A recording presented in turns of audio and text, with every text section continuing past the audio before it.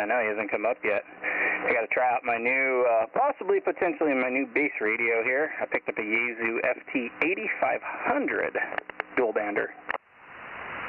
Oh, cool. What the hell's an 8500? Old school dual band VHF UHF mobile. It was the one that had that crazy microphone. You could control everything through the microphone. I got you. It doesn't have sideband, Mike. What's that? I was just saying it doesn't have sideband, so you probably don't know what it is. You got that right. W6BBS 72. And K6USY 1079. Kilo Golf 6, Charlie Echo Fox. Kilo Echo 6, Victor Oscar November 1040. Kilo Mike 6, Sierra Romeo Romeo 432.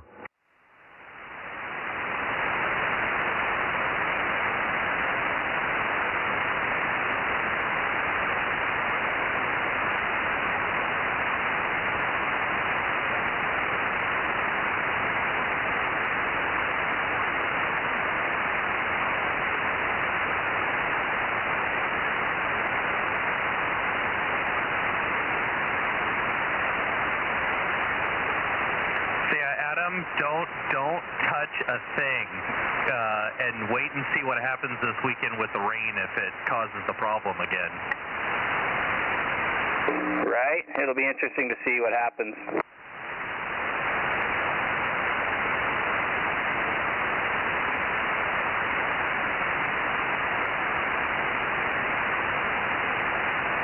Yeah, like right now I didn't do anything. I hooked everything back up because everything was disconnected and it's all working. Yeah, now the 60 cycle hum is like 10-15%. It's not terrible. It's still there, but it's not awful like it was last week. Yeah, I'll end up redoing everything anyways. I don't hear any hum. I'm hearing background fan noise or something. Wow, that thing is sensitive. Yeah, it's picking up the fan off of the new little mobile that's sitting on top of the radio now, but it's like 2 feet away. Yeah, it's sort of a low, you hear it, Aaron, it's a low rumble. Well, we've been talking here for a little bit. I was hearing 60 cycle hum earlier, but yeah, no, I agree about the fan. I don't hear the hum now, though. I don't hear it either. It's kind of coming and going. Yeah, it might be a microphone connection. But at least the main thing is it's not wiping them out like it was last week. Oh, yeah, it wasn't wiping them out. It was just ugly. Ugly. Kilo 6, Victor Bravo Golf 971, check in. Hi, Dave. Hey, how's that sound with the desk mic? Okay, let me down the list of who I have here, make sure I haven't missed anybody.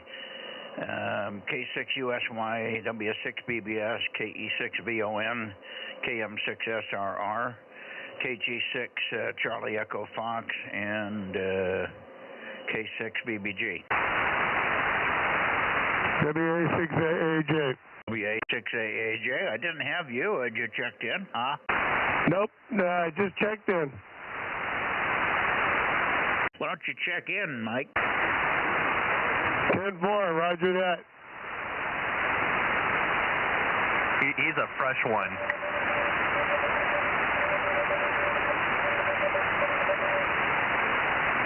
Okay.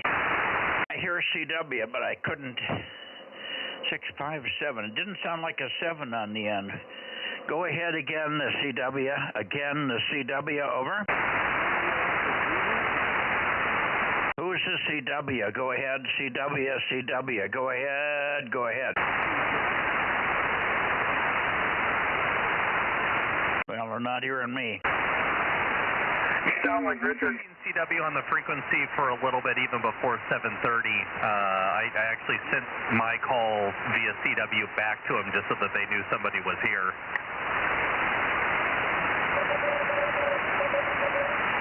It is Richard, 249. There it is. Gotcha, Richard.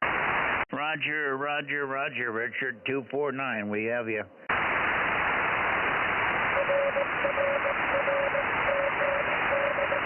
have this cadence down pretty good. It's pretty strong down here. It's like an S3, S4.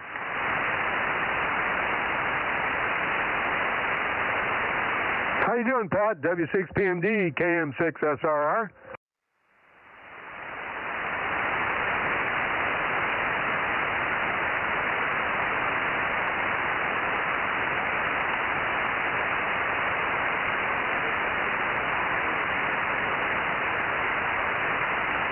Hey, how's this radio sound now with the desk mic again? Now just key it up and don't talk for 5 seconds. Copy. Okay. Yeah, it's just, well, you're so loud here, but I can hear just the smallest amount of background noise, which is more than acceptable. Yeah, the fan just kicked on. Okay, let's try it now. Okay, silence now. Yeah. How'd that sound? Well, it's still in there. Yeah, just key the mic right now for 3 seconds. Copy. Okay. I don't say anything when you unkey. I have to hear it go quiet. It's so minimal that I can't tell if you're talking. Don't say anything. Just key for 3 seconds and unkey. And we hear the Southern California. Stand by. Stand by. Okay, doing it now.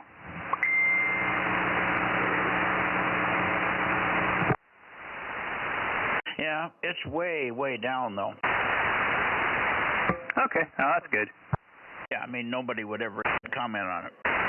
Yeah, there's still some 60 cycle in there. I can see it on the spectrum scope.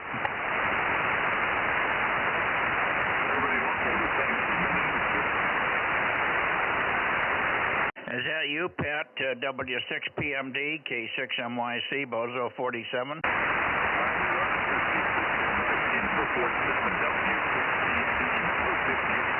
I got your 58, Q3 at the moment. We'll put you out your 58, Pat. Good evening.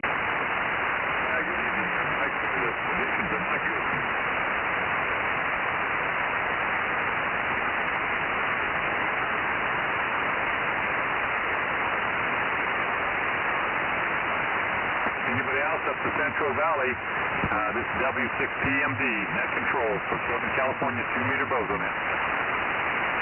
Now, go now, Rob. Wow, there, I can hear you better now. KM6SR. You got me, I think, over? Oh, yeah, Rob, you're S6 right now. Try it again, Rob. I doubled. Now, you have too, Mike. You guys are both climbing. Roger, Pat. Thank you. You bet. Anybody else up Central California? I'll let you guys get on with it. This is W6PMD looking for check-in. Mike, you want to check in? Where did Mike go? AJ, where are you? Yeah, he must have stepped out, or maybe a phone rang. Nobody at the moment, Pat. What about Frank?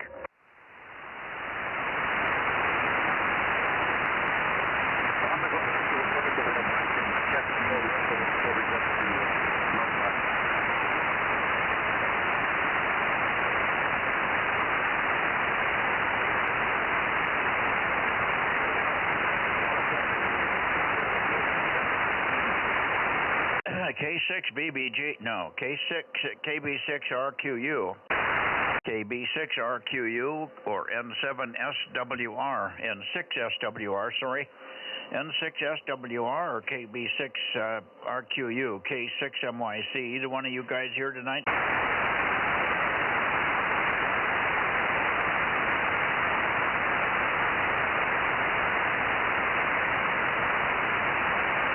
Okay.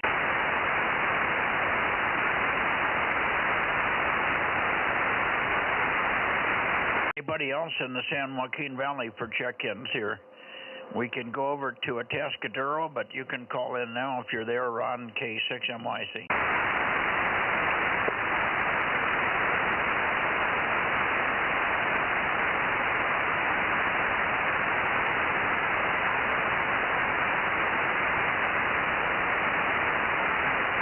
I'm not hearing anybody.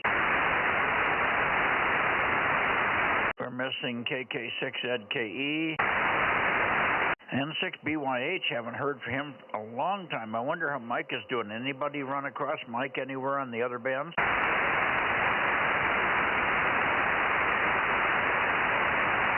Wednesday night is 10 meters. Does he check in on the 10-meter thing, Rob?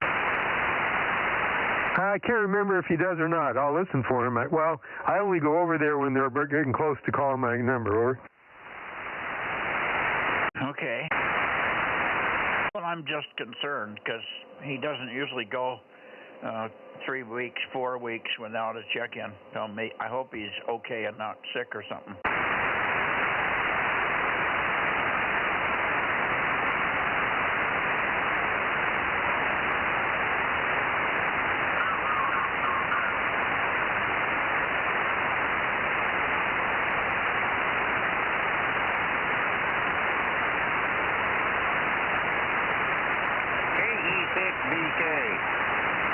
KE6 Victor Juliet or Bravo Juliet? Which is it? Bravo Kilo. KE6BK. Hello, Eddie. Hey, Mike. How's everything? We're doing fine and quite surprised to hear you here. You're not real strong, but I could probably move the antenna a little bit more toward you there. KE6BK, you try it now. Yeah, Rogers. We just be there early tonight, so we thought we would check in early. Over. Yeah, good idea. Good to hear you, Eddie. KE6BK, KM6SRR. A double, Rob, try it again. KE6BK. Evening to you, Rob. Yeah, good evening, Eddie. Good to hear you.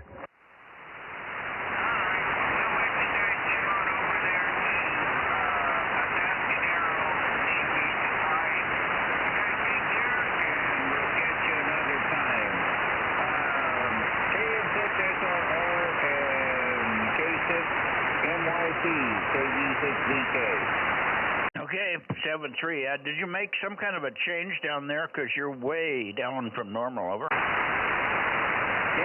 running less power, over. Oh, less power. Okay, that would account for it. All right, thanks, Eddie. Good to hear you. Thanks for checking in early. And we won't worry about you late in the evening then. Hi. Take care. Enjoy your weekend. KE6BK, K6MYC.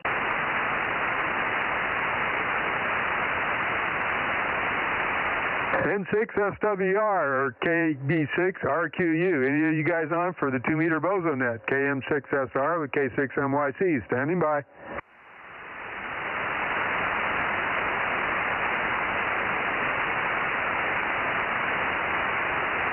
How about W6PYP or Alpha 6 Sugar Visalia? Bill went to bed. Oh, is he tired? Yep, I guess he was working on some wood with a buddy of his for about a half a day, and I guess I wiped him out. Okay. Well, let's see. I think we might as well go over. I don't think Ron's going to be there. He said every other Wednesday or something he's got some kind of another meeting. He's on the board of directors of something over there. But let's go see if Ron is there in Atascadero. Go ahead, Mike. Okay.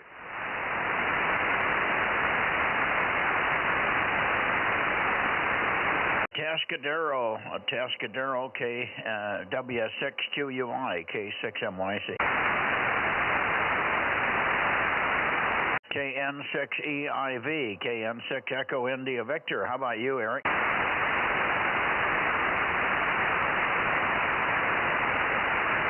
Eric's broken at the moment at home, and if he doesn't drive to the top of the hill, we won't hear him.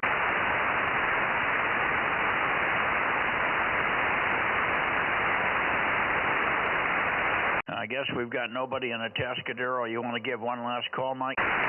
Okay, W6QUI, W6QUI, WA6AAJ, over. W6QUI, W6QUI, WA6AAJ, over. Nothing. 6 EIV, KM6 EIV, KM6 SRR.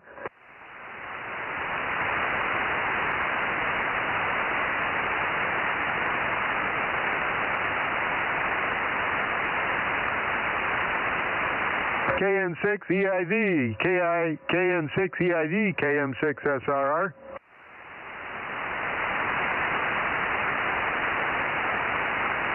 KB6WRW, Atascadero or near there, K6MYC. Are you around tonight, Bill? I think it's Bill, isn't it? I may have doubled with you in the beginning, Mike. What was the call sign you're looking for? I think it's KB6WRW.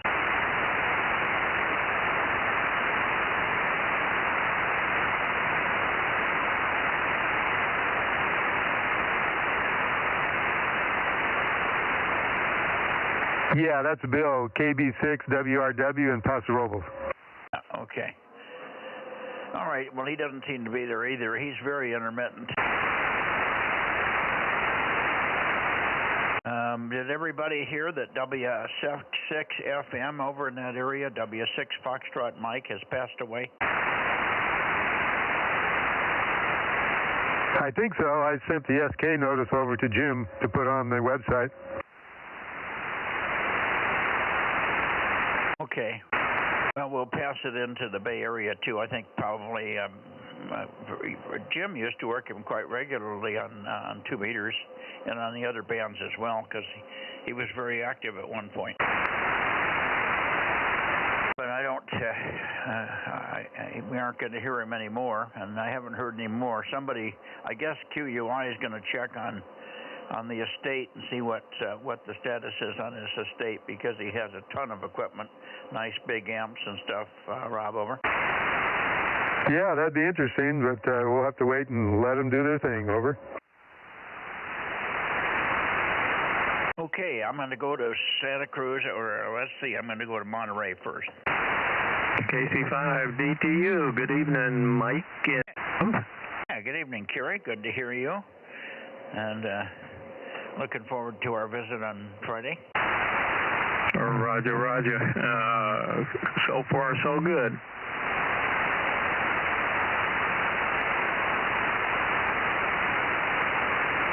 Good evening, Kerry. KC5 DTU, KM6 SRR. Good evening, Rob, and I got the email, so thanks a lot. Roger, yeah, I got your confirmation last night, so are you going to go? Over? Yeah, planning on it right now. All right, sounds good. Got to double check with your activities director. Over. That's affirmative. But it's long overdue, so I'm looking forward to it. So KM6SRR, KM6MRC, KP5DTU. Isn't the Department of Homeland Security in charge of all that? They're in charge of everything else now, including manipulation of the media for accuracy and so on. Well, when did they start charging for licenses again, Mike?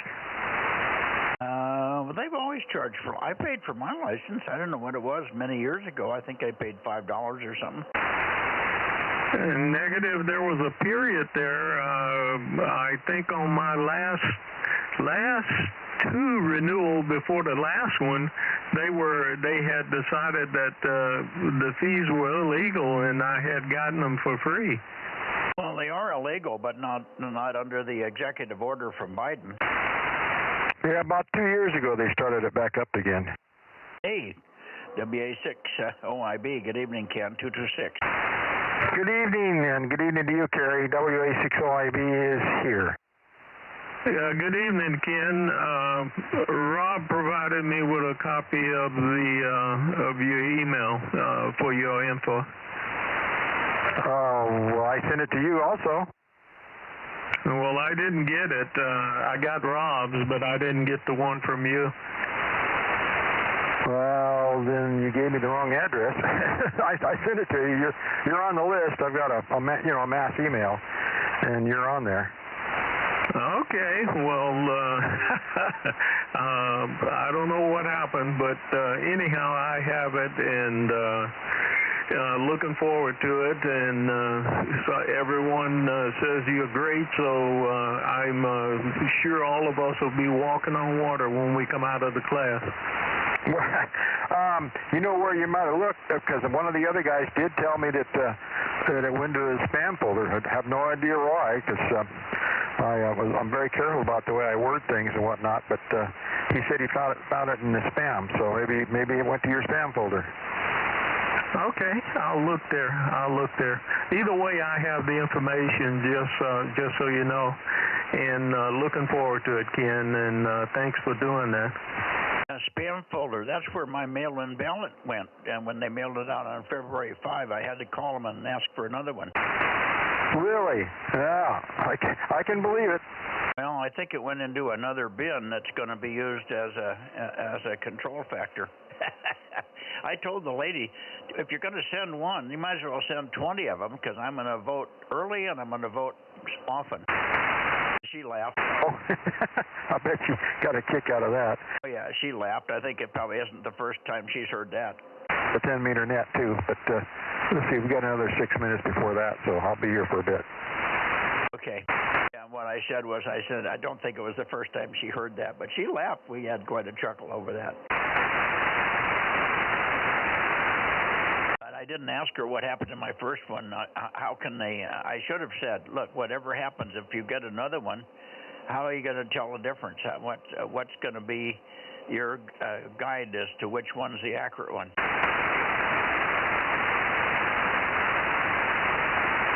The first one, Mike, they sent to the Democratic headquarters, so they'll take that one.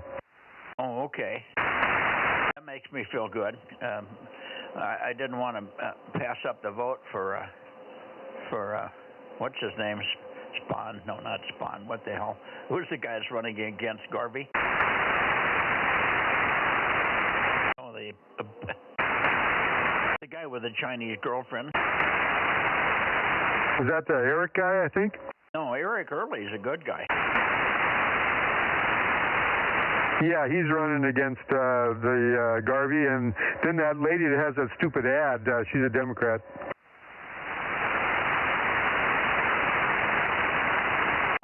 I don't think Eric Early's running against Garvey. I think he's running on a separate seat. Garvey's running for Senate. I don't know whether Early's running for Senate or Congress.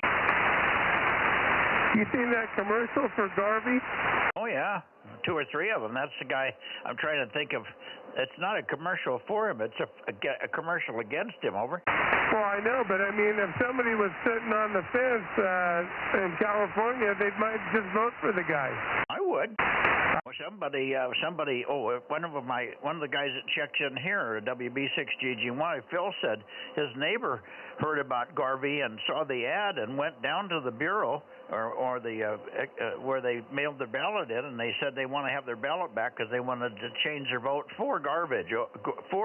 Over. Wow, did they give it back to him? I don't know. I think so. Yeah. Well, it's definitely, I think it's pro-Garvey, if you ask me. Anyway, guess those are stupid ads. What the hell is the name of the guy? I got a tip of my tongue and I can't say it. S or a C, starts with an S or a C.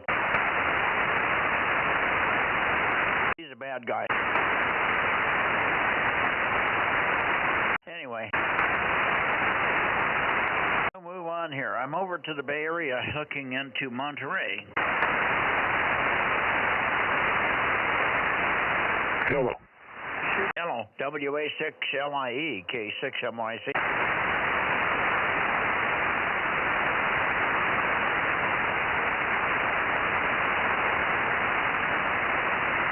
WA6 London, India, Echo, WA6LIE, Monterey, K6MYC, over.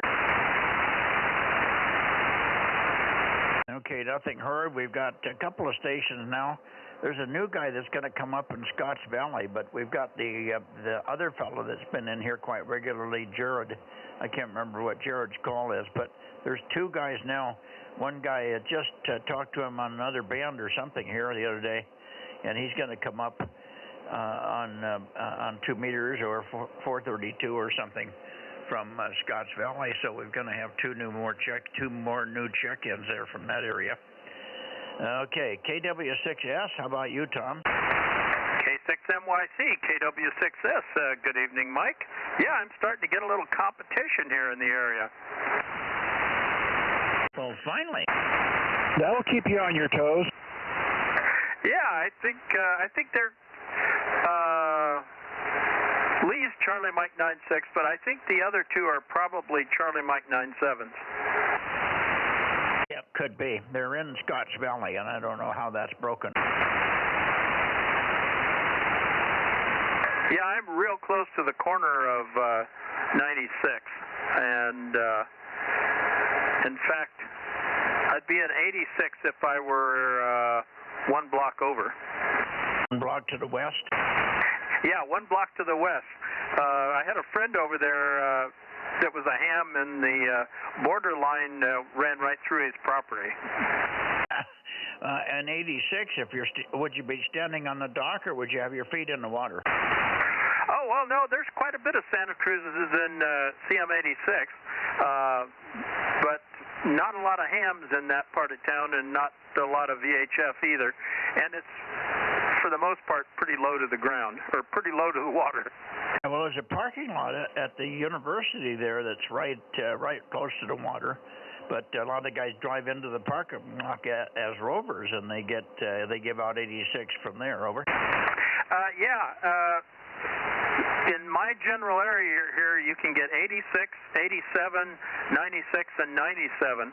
And there used to be a ham here, I don't remember his call, Tom.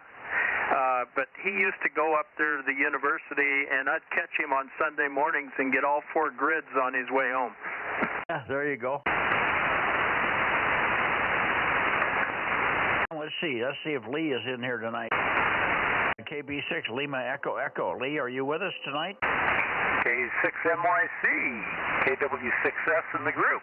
KB6LEE, I am here tonight. Is it 1090?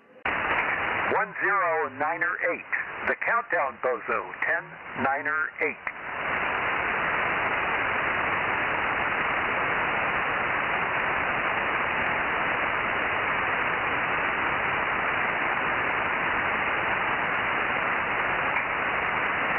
Get through? Yeah, you're getting through fine. I just had to write it down. I'm having trouble tonight seeing. I don't know what's wrong with my eyes, but this might be this copy of the log sheet doesn't have. I keep losing the horizontal lines. I'm having trouble writing the call signs alongside of the number. Just forgive me, but it's me failing here. Roger, Roger. I am kind of going through the beginning stages of exactly what you're going through, and yeah, I have to spread the light out around the workbench and the work tables and stuff like that to get a much wider overhead kind of lighting system that doesn't shine directly in my eyes, and yeah, I got it. Mine's just foggy and just about gone, though. I can see everything, but it's all just turning into a big blurry mass of colors. Little things like lines. One eye sees a line in another spot than the right eye sees it different than the left eye. That's where the problem is. Yes, sir. I think well, I don't know what you're experiencing, but I think I know where it's going for me, too. So, yeah. Anyway, I don't have any new news on the Quaggy. I kind of had a bad encounter with a small sledgehammer in my left thumb last Friday, and kind of popped it open like a grape. And so I've lost the use of my left thumb for a couple of days here, and I haven't had a chance to really get out there and tweak around with anything. And with the coming rain and, you know, windy weather and that sort of thing, I probably won't be able to get out there and do anything with it until middle of next week, it sounds like. And hopefully I'm going to get it up and like I said, I got some 400 cable. I'm going to make some connectors and get them on there and try and get the thing up at a reasonable height, 15 feet or something like that above the roof line, and see how that works. And I know Tom and I have been talking about it back and forth here. And it's just been kind of a, baby steps kind of thing for me, because I got to buy tools and I got to do a lot of other things. Getting the coax, getting the 400 into the house is going to be a kind of a major project, because I've been running all of the small lines in underneath the door, a crack in the door, and I don't think the 400 is going to fit there. Otherwise, blah, blah, blah. And with that, I'll get back to you, Mike. K6MYC, KB6LE. Hey, that's not blah, blah, blah. That's everyday stuff, and you got to talk about it. A lot of different ways to get coaxes in and out of the house. I got lots of coaxes here with 9 towers. I got 45 coaxes. I don't know, 20 at least coming into the shack in the house. And I cut a hole in the wall and put a metal panel in the inside. Actually, it's on the inside wall, which is a little awkward because you have to reach through the, they took the drywall or the cedar siding off on the outside, and the panel then is inset about 4 inches, 2x4 width. So it's and I put the connectors a little too close together, but that's what I did. So all the panels, all the connectors coming through into the house, typically everything's grounded at that panel. I don't have the panel grounded, but they're all grounded together. So something's grounded to something somewhere. And that's a good way to do it, but it does eat up a lot of barrel connectors. Yeah, okay. And I've been thinking about a big thing like that, or just putting in like a dryer vent through the wall that I can just run a whole bunch of cables through ultimately, and stuffing the dryer vent full of steel wool to keep the critters and whatnot out.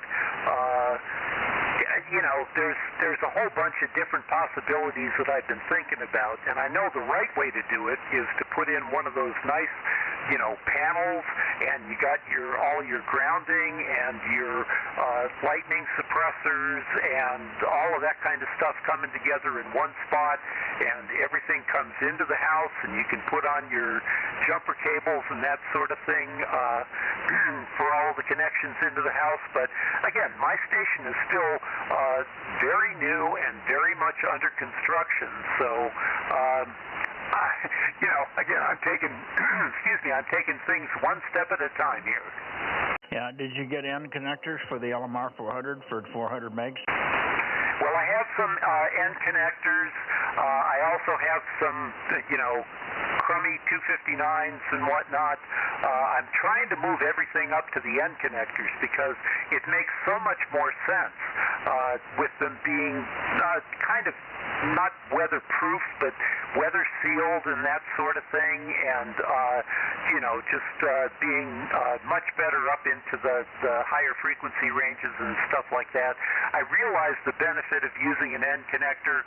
I just don't have a big supply of them yet, and so I'm trying to order those pieces in and all of that kind of stuff. As a matter of fact, the Quaggy that I have has an SO239 as the feed point on it, and I know that that's not really a good thing, but it was the best I could do with what I had. Yeah, well, you can use it there. You're going to, and when you tune it up, it's got a little reactance at 432, but nothing major, and it doesn't cause you any losses. But you don't want to have them in random places in the line and stuff like that. Good idea to go to end connectors for everything. Do you have a crimp connector, or do you have a crimper for the crimp connectors for the end?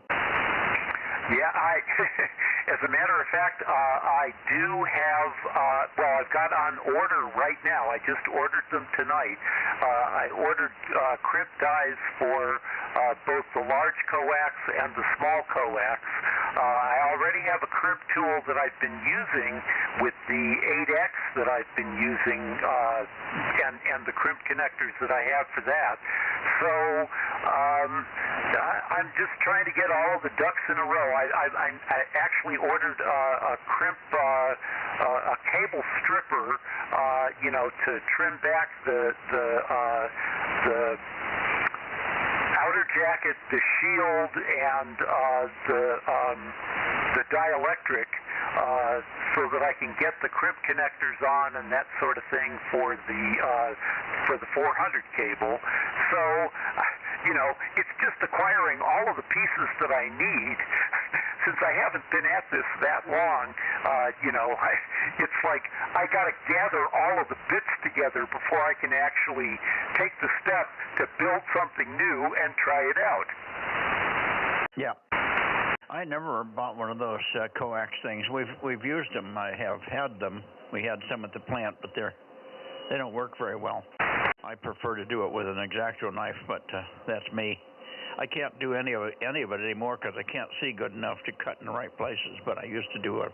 I put thousands of those connectors on, and with the crimp connector and all that stuff. Okay, we'll move on, but good deal, and hopefully you'll get there. Sounds like you're on on the trail. 7-3 for tonight, Lee. KB6LEE near Watsonville. K6MYC, Bozo Net. All right. Thanks, Mike, and hi, Tom. Sorry to butt in and take up most of the time down here, but 7-3 to everybody. K6MYC, KB6LEE, and I'll say 7-3 to everybody. Okay, any comments, Tom? No, I'll keep watching for Lee's progress here, and I should catch you tomorrow night on 432. Yeah. Success. Yeah, we'll look forward to it. Okay, I'll go into the Bay Area then. Is there anybody else before I go to the Bay Area that wants to check in, or if you're hearing me in the Bay Area, check in now. Okay, 6MYC Bozo Net. W6KF. Oh, W6 Kilo Fox. Good evening, Ken. Hello, Mike. Nice to hear you. Bozo 191 checking in as I sit here working on my income taxes. Well, unless you're what do they call it? Doing two things at once. Multitasking, yeah. Probably a good idea.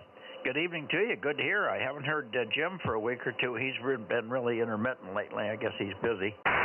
And I know he doesn't like to sometimes go up to a cold shack there, but he'll be hopefully more reliable, regular after it gets them warm a little bit. It was a nice day here. Beautiful day. Last 3 days I've been working outside in the yard doing yard maintenance and cleanup and landscaping. I'm in the landscape part of my yard in the back. But t-shirt weather for sure. It was beautiful. Over. Yeah, I agree. We've had some pretty warm days. We were 67 today was our high, but it's been sweatshirt in the morning and then t-shirt till about 5, and then after that it gets cold real quick once the sun goes down. Anyway, you've got a nice signal tonight. You're about 10/9.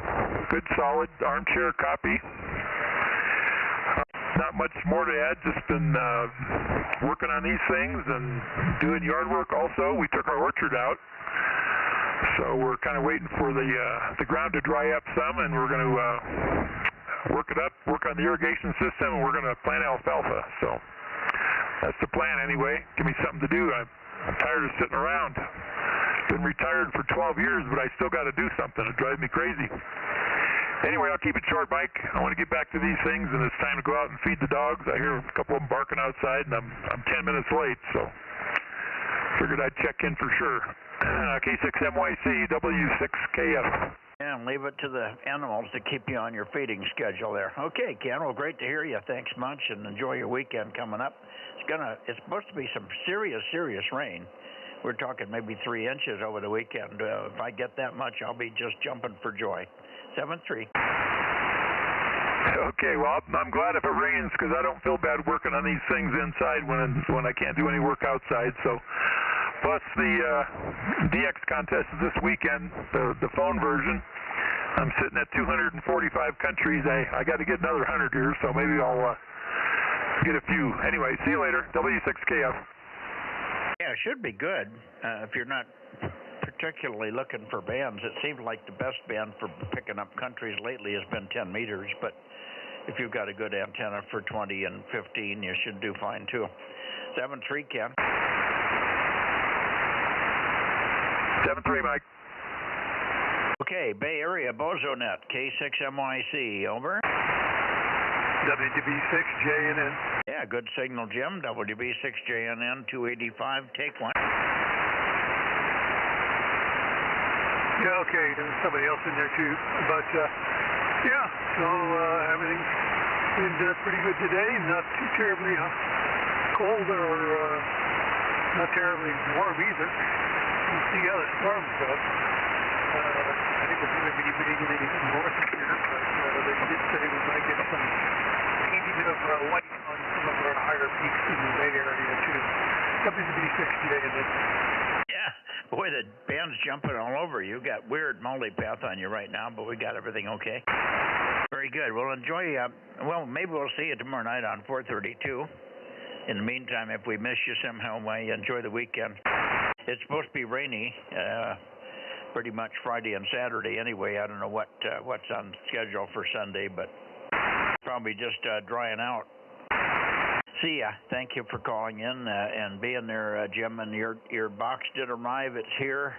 Ken's trying to schedule a time to go look at it. Over. Oh, okay. Very good. I was going to ask about that.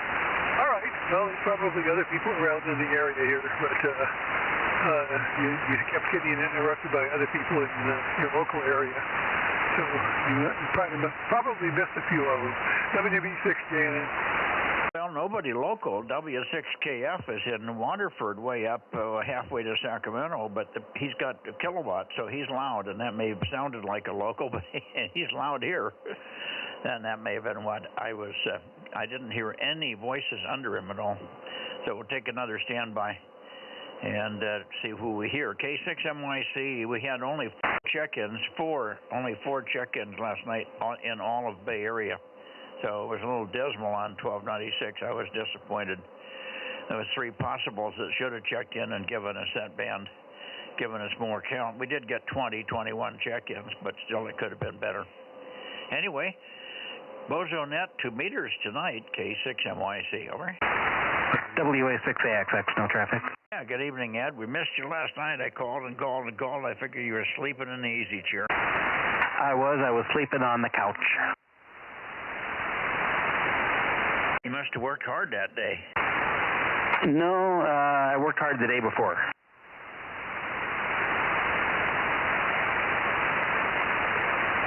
Yeah, you mentioned you had done some work. What was it, for a neighbor or something? Some work getting rid of litter on our 600-foot private road. No, I'm just making excuses. I was just lazy last night and I took a nap. Oh, yeah, I remember you were picking up litter. Well, that's enough to wear anybody out. Okay, very good. Well, it's still pretty quiet in the Bay Area. Let's see if there's other people there. How about KD6SOK, KB6BA, KT2G? Who else do we have? KE6MYC, Bozo Net. W6PQL, but I have trouble getting through all the big guns. Oh, sure you do. You just smoked somebody. Who was underneath Jim there? Go ahead. AB6SR. The AB6SR, you weren't under by much. I'll tell you what, Stan, great signal. AB6SR and W6PQL, take one, and then you can shoot it to Stan. Okay, yeah. Well, let's see. Boy, we had a nice day here today. It actually got to 71, and a lot of sunshine apparently, because I had probably the best day yet during the winter for solar energy. That is. You probably were charged up by 9 a.m. Go ahead, Stan. KB6SR W6PQL. Yeah. Okay. Thanks, Jim. K6MYC and the group AB6SR. Yeah, we had a similar day here, Jim, 70, 71, very nice day. And as Mike said, the last 2 or 3 days have been very good indeed. I listened to all of you on Monday evening on 6. So Mike was very weak, so my antenna obviously wasn't that good here, so I didn't call in. Anyway, listen to everyone. What did I do today? I spent much of the afternoon working on an old Emerson 1955 pocket transistor radio. The speaker's no good. That was one of the problems, but beyond that, I had to make up a few 25 microfarad capacitors to make them look like those from 60 years ago. So, yeah, I spent the afternoon working on an old radio. Tomorrow I have to go to get an ultrasound. I think the hernia problem I had last year has come back again, so hope not, but that's the way things are at this age. So back to you, Mike, K6MYC with the group AB6SR 807. Yeah, well, you're in good company, Stan. Jim, W6PQL.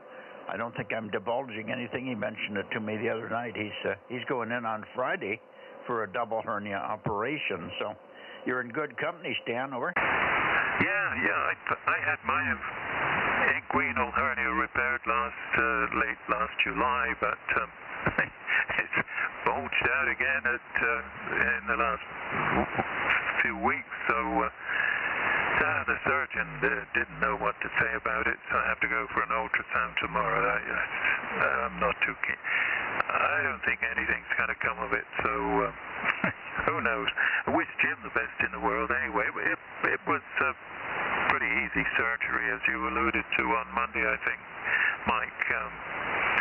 I only ended up taking a couple of Advils every 4 or 5 hours afterwards.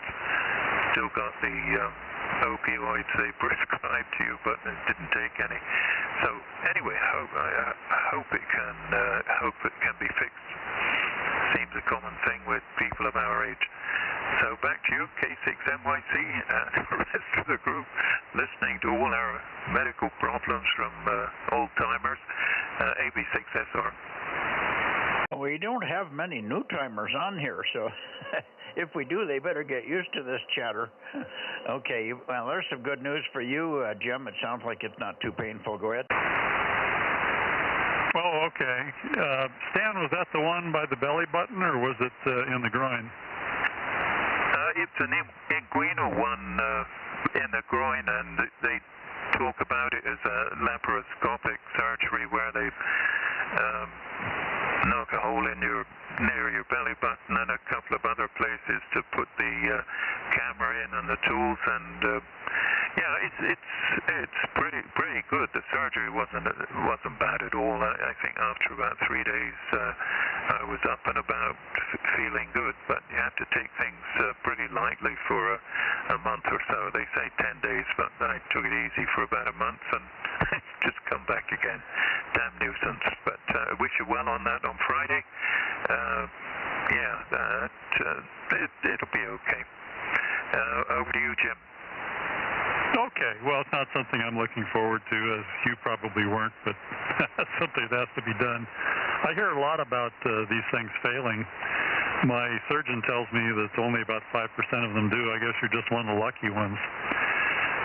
I was going to get that kind, but because I've got there were a couple of things that could happen that didn't sound too good, and I have one complication that you may not have had. I've got a leaky heart valve, so when they put you completely out, like when they go in laparoscopic, the downside is that they have to breathe for you, and doing it the other way, they don't. So I didn't want to put a strain on any of the other parts of my system, which are probably wearing out also. That was my thinking on the whole thing. So I'll have a smile across my groin when they're all done, instead of a couple little punctures like that. But I think the recovery's about the same. Okay, Stan, thanks for the info. And back to Mikey. Okay. I'm worn out now just talking about it. Bay Area Bozo Net.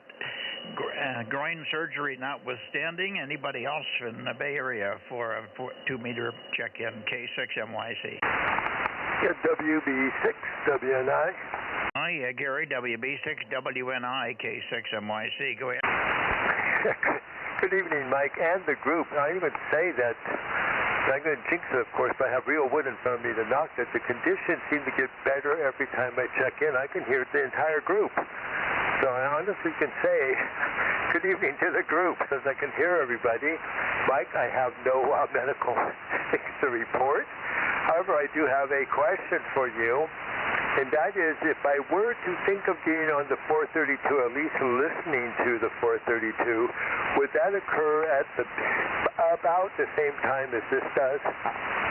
Yeah, it's the same time we start at 7:30, so the streaming will be on there a little bit earlier than that. We have Aaron that runs my streaming situation here. He turns my system on, and he's streaming as soon as I come in the shack and turn the radio on. It's on the screen for you. What's your Bozo number?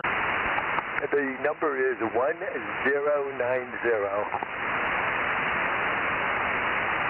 I can't seem to get that one locked into my brain here. Okay. Anyway, does that answer your question? All that information's on the bozonet.com website. Over. Well, I got the frequency all right, but I noticed there's a bit of an offset from their start time, and I just figured, well, it's going to be about the same time as it gets up here to the Bay Area, so I'll try and listen. I do have 432 equipment, not very powerful, but I'll give it a try. Anyway, good evening to everyone on net, and to you, Mike, K6MYC from WB6WNI. Yeah, Gary, there should not be an offset in time. Every single net except 6 meters starts at 7:30 local time. Over. Oh, I mean, when you start at 7:30, by the time you get to Bay Area, I mean, it's about let's say 30 minutes to 40 minutes. Well, probably not on 432. Sometimes here, yes, because I've got lots of check-ins down the San Joaquin Valley. We check into Los Angeles and exchange some Bozo numbers with the boys down there that can copy us. So it gets dragged out. We've got a Atascadero as a secondary. We have Monterey and then Santa Cruz, and we finally get up to you guys. So, yeah, it's usually a half hour before we get to you. But not that on 432, because we don't have but one station that's not there anymore on 432. So we'll probably be getting to your area pretty close to 7:30, I would think. Over. All righty, copy that. So I'll try. I'll have everything ready. And thanks again, Mike. K6MYC WB6WNI. Okay, very good, Gary. Anybody else for the Bay Area Bozo Net, K6MYC? Really quiet tonight. KT2G, KB6BA,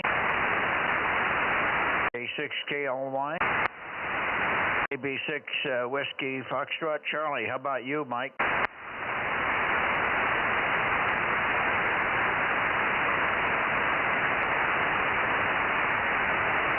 KD6S, okay? They are all taking vacations on me. Now, Course Gold's winning again, guys. Hey, Mike, I got sidetracked. I heard you talk to Stan, and then was it Gary? Is anybody in between? No, just Gary. Okay, WB6WNI. Roger, roger. 1090. Thank you. I think Course Gold cheats, Mike. Well, I was just spoofing them. But we do have 5 check-ins from Course Gold, so you know we got more than they got. But we could get WB6JNP, and we could get KM6HK, and in a miracle time we could get KJ6OJD. And 1 PPP. And 1 PPP.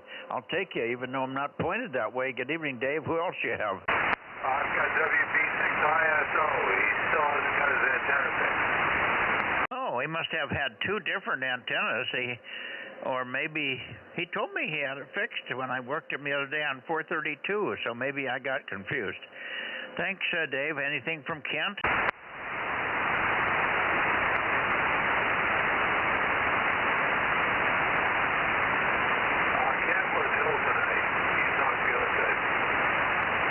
sorry, say it again about Kent. Say again about Kent. Was it, Kent check in or not? Is Kent a check in or not? Over. Very well. Kent not feeling very well. Relay K6QR. No check-in for Kent. He was sick. Oh, he's sick. Okay. Has he got COVID or just normal cold or something? What's he sick with, Dave? I think it's just a cold, pretty sure. Okay, well, that's good. Okay. Alrighty, well, thanks very much for being. I moved the antenna a little bit in your direction. That should have helped. Yes, that helps a lot. All right, very good, Mike. Thank you very much. Too bad. Good to hear you. Thanks for hanging in up there. Okay. I'm still looking for late checks or missed in the Bay Area. Let me see. Let me go back here just a little bit. KB6 Whiskey, Foxtrot Charlie. Where are you, Mike? Well, maybe he'll check in. I'll come back for late checks and missed later. Maybe we'll get everybody in here later. All right, let's see. K6ERF, how are you doing? Good evening there, Mike, and also we have Gary K6QR on frequency. Today's been a wonderful day, great sunshine, a lot of things we've been able to get done. I guess we're looking forward to about 3 more days of rain and something going on here, so it'll be another exciting week, I guess. So, you, Gary, sign yourself in. Yeah, howdy there, Russ. Howdy, Ken. Howdy, Mike. Howdy up there at Clear Lake. This is Kilo Echo 6 Quebec Romeo, and yes, just a beautiful, beautiful sunny day here. Getting ready to put my little tower up for the satellite antennas. The bolts came in, but unfortunately with the rain, it's going to come the next 3 days. That's going to probably put me off about a week or so, but it's all coming together. So anyway, great signals tonight, and I hope you have a good net. K6MYC, K6QR. Yeah, good, Gary. Thank you. Did you do any modification of the audio? Nothing. It's just the way it came out of the box. I never touched a thing on it. Okay, well, it's fine. It sounds good. It's just that you're a little lower pitched than normal. Maybe you're right on frequency, and for a change, maybe you've been off about 10 cycles or so. Sounds good, though. Either way, it's very nice. Nice audio there from the 9700. Good luck, and I don't know, we're not supposed to get much rain on Friday. Maybe you guys are going to get some, but I wouldn't let it bother you. You got 2 days to get that thing fixed up and running. And we'd love to hear you on 432 tomorrow night. KE6QR, K6MYC. Oh, it's not going to be that soon.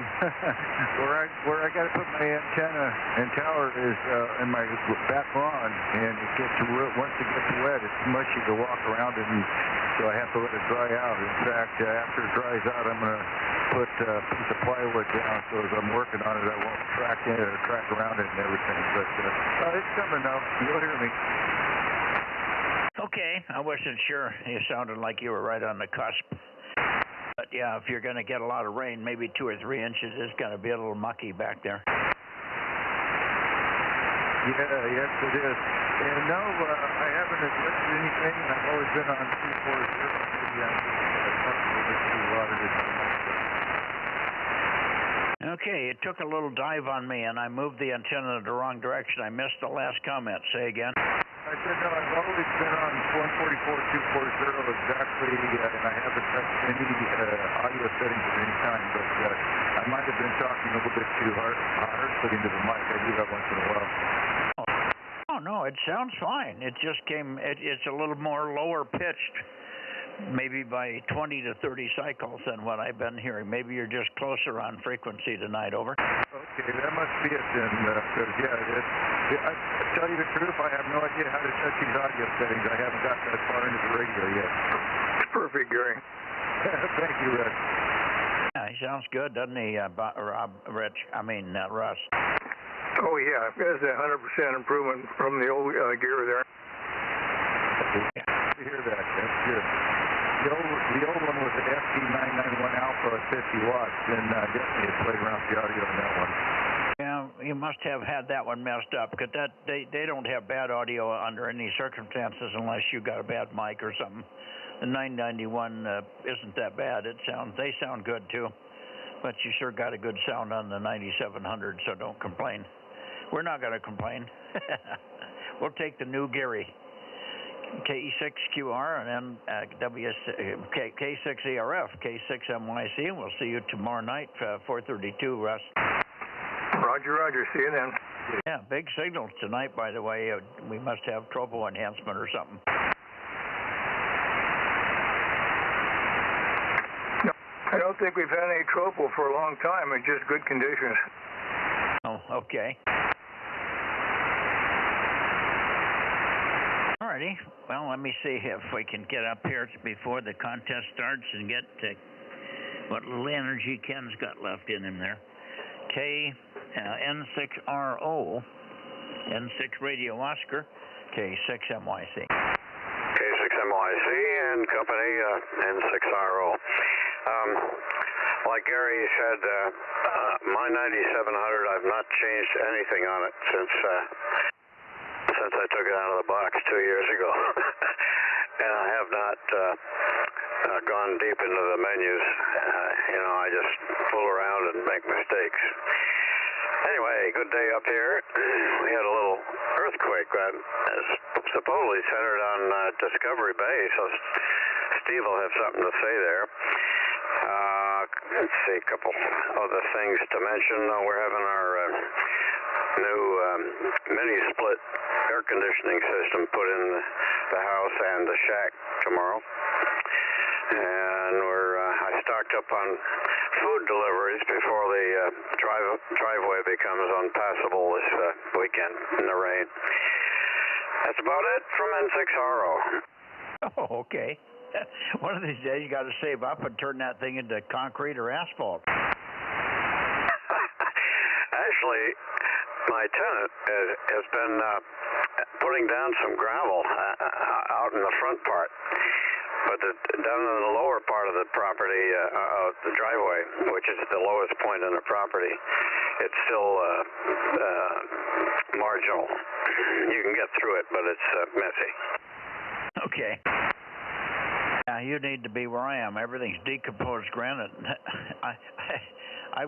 We put a temporary tube of PVC across the road the other day with some wires from the new panels that we put down just temporarily, and Frank laid a pair of 2x4s with some plywood across the top of it. Made a little bridge. I had made this a long time ago, and we had buried everything, and we didn't need it anymore, and then we put it back in service. Anyway, it's just 2x4s laying flat, and then about 10 inches of plywood across the top. And it sits over cables, LM 7/8 hardline, or in this case, some 1-inch PVC. Point is, it was getting pushed around when Frank laid it back on there. Every time somebody would run over it, it would move it 2 or 3 feet in one direction or the other. So I had always nailed it to the ground. I have some big long nails. They're 14 gauge, or about 6 to 8 inches long each, 3/8 in diameter. Big nails. And I hammered those in, but I had to hit them with a sledge many times to drive them into my driveway. Over. Yeah, well, driveway management or mud management is something I need to improve on. Yeah. Morning, I had to pull them back out after he beat them in yesterday. Yeah, he did. They were in there, weren't they? Yes, they were, but I got them out. I got a backhoe. Nothing's going to argue with me very long. Yeah, right. Well, they come up. You can pry them up too. If you get one end up a little bit, then you can pry them out. But they come out a lot easier than they go in, Frank. I can tell you. Every one of those was at least 25 to 30 hits with a sledgehammer.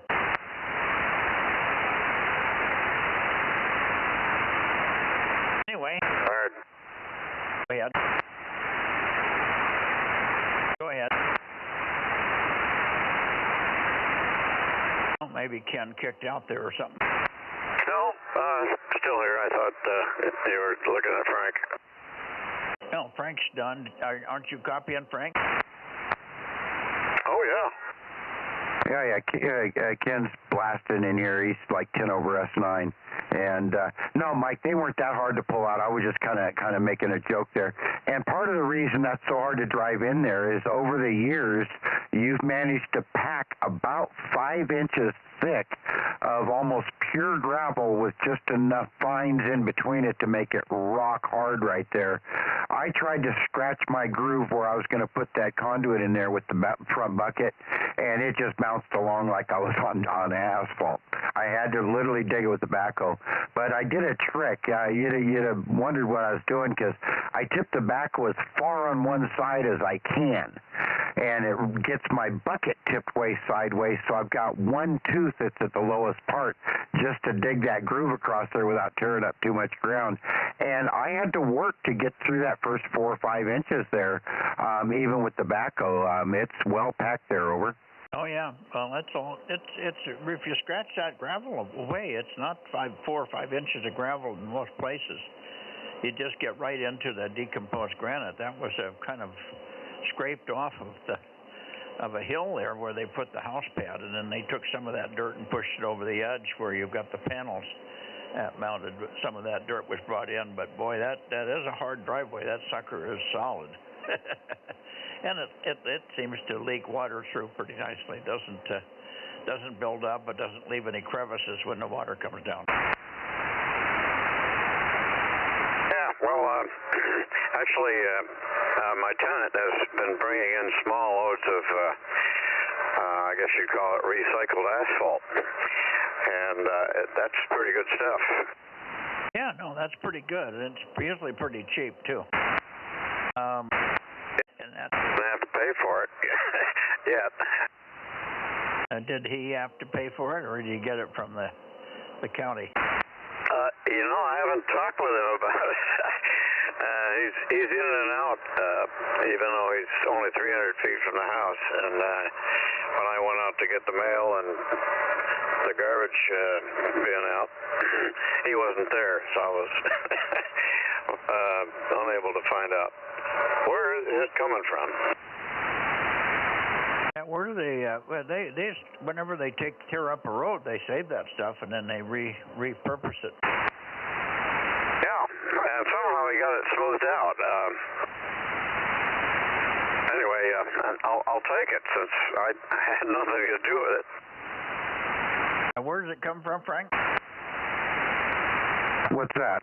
The reused asphalt. Well, in these days, most of the time they put those grinding machines and they dig the asphalt up and remake it right there on the spotter. But any road department or city that's tearing a section out and they're not going to reconstitute it or whatever, you know, it can get piled up somewhere, and if you know somebody, you can get access to it. But I don't know how I got drug into that part. I have no idea where Ken was getting his or where his tenant is. I'm clueless on the whole matter, basically, over. I just thought you'd know in general, and you kind of added something to the mix there. Anyway, let's find out what Steve's doing, and I wonder if that tsunami from the earthquake got into his front living room there. W6SSW in the group, K6MYC. WB6 strand. Yeah. K6MYC. Thanks, Dane. W. Yeah, that was pretty interesting. Since it was right below us, it was about 6:21 p.m. and they're revising it as a 3.5, so pretty small. But since we were right above it, it was definitely vertical movement. There was no side-to-side sway whatsoever. There was no ripples in the water or anything in the backyard, but it was the loudest earthquake I've ever heard because it felt like it lifted the house about a foot and then just dropped it completely. Everything just shook and rattled like it fell off of like your car fell off of the jacks in the garage. Really strange, very brief. But I suspect it's probably the Midland fault, the same one that the Isleton earthquake back in last October came from, who kind of runs down through the delta here. It's probably that one. But yeah, pretty interesting. Yeah, and it's just about the right time frame, 2 to 3 days after the big CME events. Those usually, when they stress the Earth's crust, it sometime within a few days of that time when the Earth's stressed with the magnetic field and the coronal mass ejections from the sun, that kind of stuff can happen. So that's not unusual. But yours was an odd one. Like you said, it felt like everything dropped a foot, huh? Yeah, I was waiting for the sway side to side afterwards because it almost felt like, it was a large P wave, for a coming very large earthquake, like the San Andreas or like the Loma Prieta earthquake was in '89. It had a pretty large P wave and then a lot of swaying afterwards that just went on and on. But the swaying never came, so probably because we were right above it and all the waves were going away from us, so maybe they felt swaying in other directions, but not in the middle. I felt it over here, but it was very mild. I didn't hear anything, but I definitely had the vertical up and down. I'll be darned. So it was vertical there as well. All right. Yeah, but it was hardly noticeable. Now, what was the early one you mentioned? Was it Loma Prieta one? Yeah, the one in '89, the big one. I was outside in San Jose, not too far from the Santa Cruz Mountains there, in South San Jose when that one hit, and there was a lot of visual ground movement and building movement and stuff. Actually, I was pretty surprised how much buildings could move without breaking windows. Yeah. I got to tell you, I probably told this story before. Some of you may have heard this, but I was in Hawaii at the time that hit. I was talking to W6, and I can't remember his call. Big 6-meter operator, lived in Santa Cruz Mountains. First guy in California to work 100 countries on 6. He had a spectacular location, and he could hear stuff that nobody else could hear coming in from the Pacific. Anyway, I'm talking to him on 10 meters or 20 meters, I can't remember which, and all of a sudden he says, "Oh my God, Mike, hang on a second. Something's happening here. I got an earthquake or something." And he runs out. "I'll be back." He says, "I'll be back." About a minute later, he comes back and he says, "Boy, we had an earthquake. My garage just slid down the hill." Over. Oh, yeah, roger that. Yeah, I had some friends that lived up there, and they had a lot of damage as well. Yeah, his garage came loose or was loose. I don't know what. He's an old car collector. What the hell? I can see him. I see his face. I can see everything. I can't bring up the call. KM6SRR. Go ahead, Rob.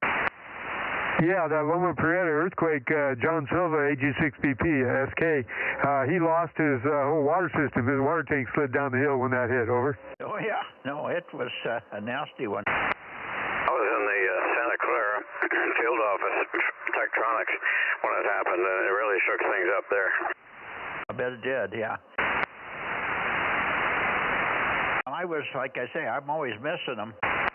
Missed the next one that was quite severe. I was driving across the parking lot at Tandem Computers. Jimmy Tribeck and I were going to go to lunch, and he says, "Let's go to lunch, and we'll come back and we'll visit our satellite uplink station. I'll show you all about it." So we get in the car, and we're driving over to the restaurant that was right on the perimeter of Tandem's computer in Cupertino there. And we get up close to the building. We're looking for a parking place, and people are running out and say, "Jesus Christ, did you see that?" They're running out of the building like Freddie coming out of the restaurant.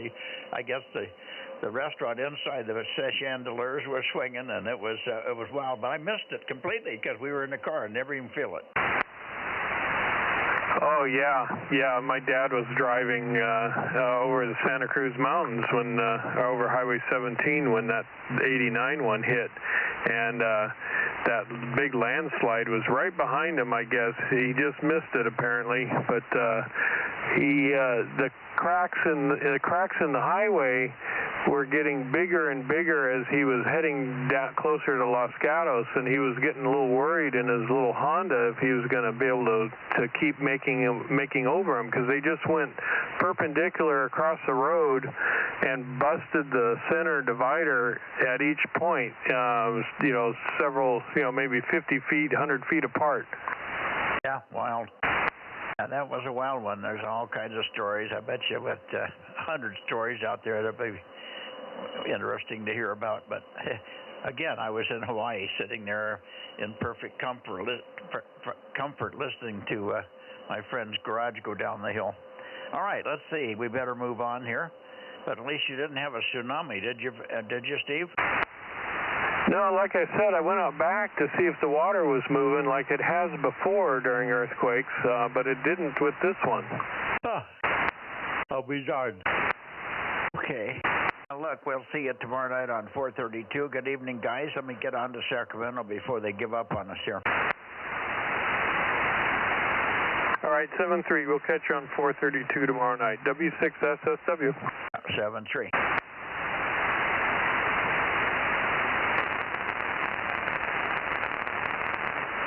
KJ6KFB, KJ6KFB or KO6KD. You there? KJ6 Whiskey Foxtrot Bravo, Kilo Foxtrot Bravo, I should say. KJ6KFB or KO6KD, K6MYC. AR6MR, Bozo 759. 759, and there was a pretty good little short opening yesterday on 1296. Yeah, it was kind of nice. Kind of made me feel good for all the money I put into the system. I've not heard Darren. I was talking to Phil. He's in the process of chasing down a fly in his house at this time. Over.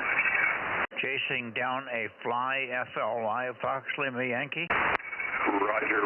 I guess he has to be very careful about flies landing on his, if he has any open wounds in his lymphedema and all that kind of stuff, which can be really life-threatening for him.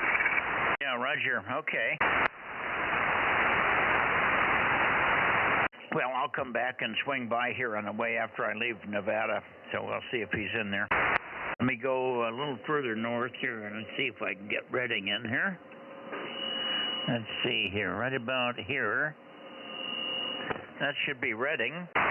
Redding. We have a news station in Redding, K6IPV, and KD6SW and KO6HS. Who's up there tonight? K6MYC Bozo Net. Here, number 145. And you're very strong. Go ahead, Rich. Yeah, top of the evening to you. Been a nice day up this way here. I think we got all the way up to 63 degrees. Got some old burned out in the backyard, and that's all ready to go. So now we're waiting for the storm to come down. Okay. I don't know whether that... key the mic and say 10 more things. Did you, okay, on your weather, we had a beautiful day here, shirt sleeve weather, pushing 70, over. Oh, okay, a wee bit warmer than we had here. It wasn't too bad, though. At least the wind had stopped, and that was kind of chilly. So, waiting to see what else happens. Had a tree guy come by today to give me a quote on cutting some branches down, and so I guess after the storm goes through, maybe by the next week or so, he'll come back and do some cutting. So that's about it. You got me zeroed in there. Yeah, and the other station that we have up here, the IPF, he's down in Cottonwood, a little bit south of me here, about 20 miles south. So he might be on here too, over.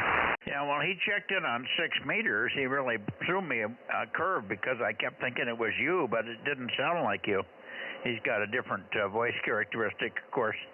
And normally you call in on CW, so I was quite surprised to hear him say, Charlie, November 80, Charlie, November 80. So we did get him, and he did take his Bozo number. So I don't know what he has for other bands. It wasn't exactly communications quality. He was right on the edge. Sometimes he was very Q5, and then he would go down the noise. I'd lose everything. And not too different from you, but I hardly ever lose copy on you. Anyway, let's see if Jerry is in there tonight. KO6HS, Jerry, K6MYC.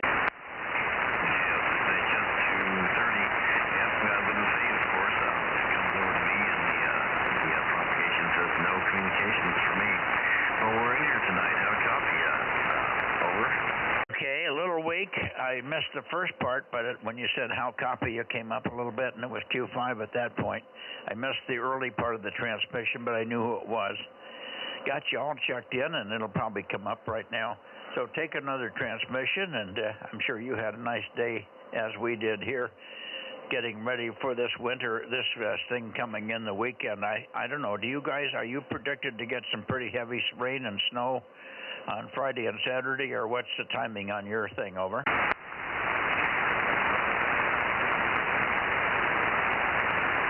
Oh, maybe we've lost the path altogether. Did you copy my question, Rich, K6MYC?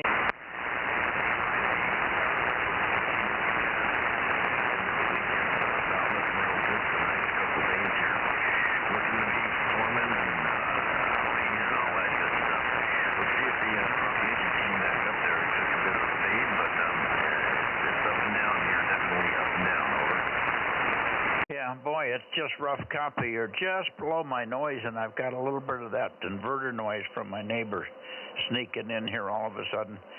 Always comes in at this wrong time here. I haven't heard any noise tonight, and all of a sudden there it is. Anyway, it sounds like you got some similar stuff coming. We're expecting 3, maybe as much as 3 inches. I'll be really overjoyed if we get 3 inches of rain down here. I don't think we'll have any snow, but they're predicting snow at 2,000 feet. I've heard snow prediction from 1,000 to 3,500, so we don't know where it's going to happen. But some heavy snow and blizzard in some areas, so it's going to be some pretty heavy weather up in the Sierras. Anyway, good to hear you guys. Thanks very much for being there. As always, I wish the band was better tonight. It's just not giving us any help here. It'll probably come up in a minute. KD6SW for your final, Rich, K6MYC. Okay, yeah, I'm starting to come up there a wee bit there now. Yeah, and for me on 4:30 tomorrow, I don't know if I have a chance or not, but when you swing by the area, give a listen for me on 4:32, Mike, over. Yeah, I just can't get enough copy out of it. I'm sorry. Boy, it's just crappy conditions tonight. You're there. You're very steady with little small peaks and big fades. So I'm not doing very well tonight. Anyway, have a good weekend. You said something about 432. We'll keep an ear out for you. We'll look for you tomorrow on 432, Rich. Over. 756. Yeah, that's what I wanted to say to you there. Yeah, give a listen for me on 432 and see if we can get through on my super big antenna system here. 73, KD6SW. Roger. We'll look for you on 432 with your super big antenna system. Hi. We'll keep trying. 73, Rich. And I hear you, Darren, KJ6KFB. Go ahead. Good evening, Mike. We made it. Just barely in between meetings. You know how that could be.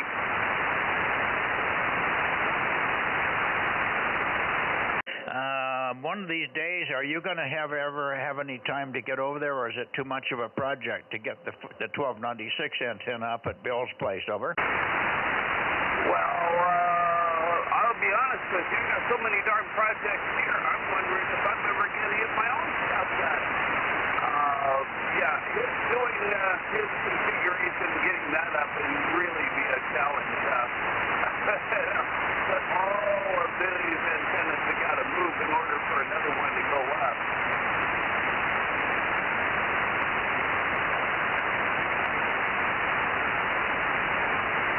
I had to move the antenna back your way. I missed the tail end of that. I know you said you've got a lot of stuff, and then you said something after that, but I missed it. Try again. I was saying I've got a lot of stuff to move around and get off the ground here. if I could ever get over there. And if I did, the crazy part is there's a lot of stuff over at his place that needs to move in order to get that 1296 up. You mean he doesn't have any open mast space on a rear mount? Not with any altitude at all. Well, I wouldn't worry about altitude. Can you get it above the rotator?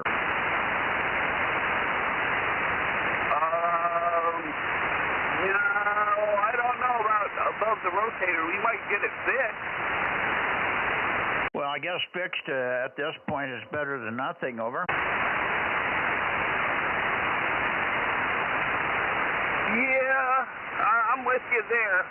Fixed might be possible, but definitely going up and trying to build it above a rotor is a definite challenge with the configuration he's got. It would be a 2-day job to get all of his antennas squared away again.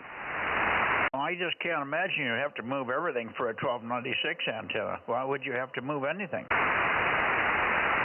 Well, everything is up on the tower on a 15-foot mast going up, and in order to get it up above the rotor, I know he doesn't want to move the HF up higher, so that means this antenna's got to go up higher, which means the whole mast has to come down to get it further up on the mast, really. Well, it only has to be a foot or so above the HF antenna.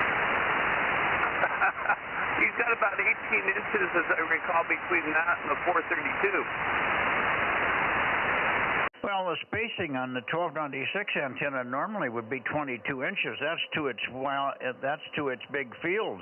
So you could put it in between there with 9 inches or 10 inches of spacing, and it would be fine. It's better than nothing with a rotor. Yeah, I got you. Like I said, then just above that is 220, and above that, it's awfully tight going up that mast, I got to tell you. I don't know if you've ever seen pictures of it. Again, the 1296 can go in between the HF and the 2-meter antenna.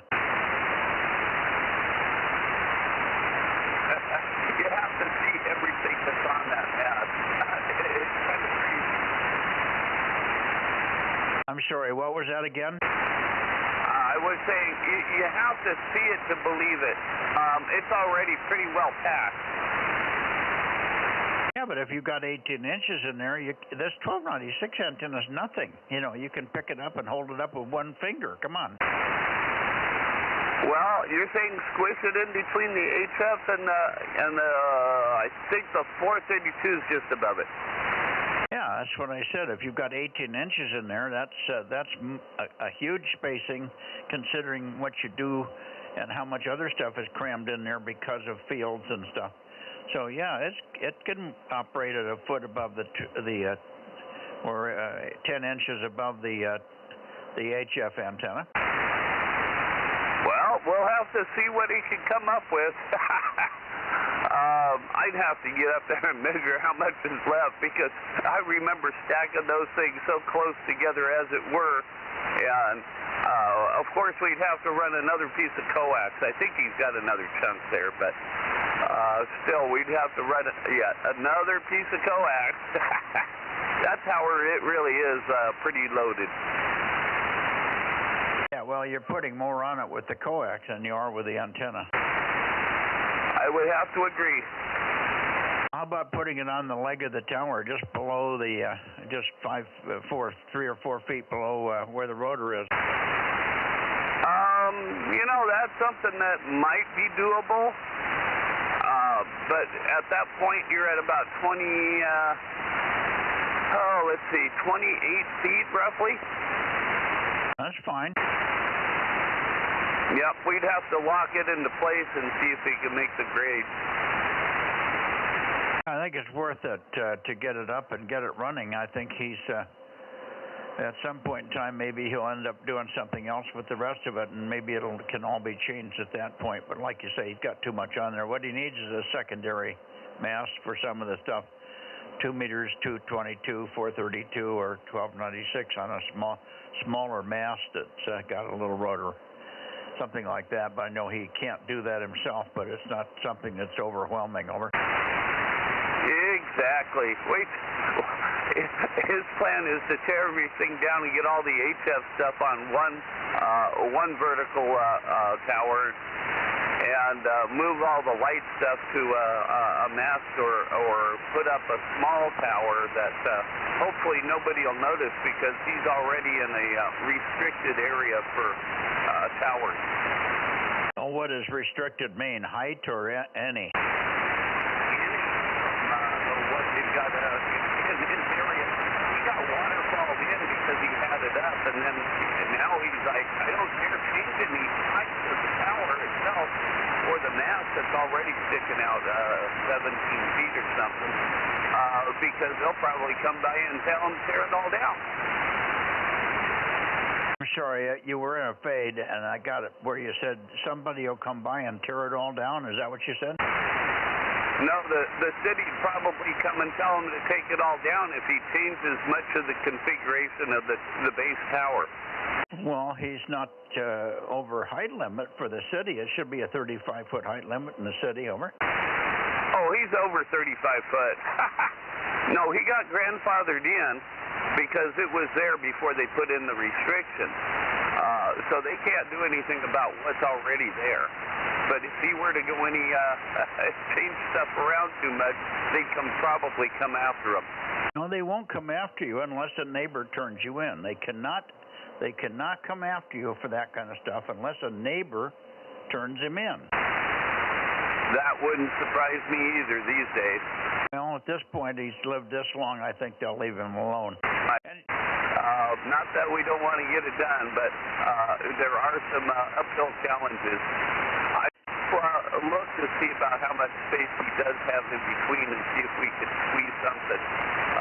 One of these days, maybe I send you a rundown of spacing of all that stuff. Boy, it's been a while since it's been a couple of years since I've been over there. I did the 432 and the two moved around, the 432 and 220 to squeeze it in, just so we get that long rumor 432 in here. KJ6 KFB. KJ6 KFB, K6 MYC.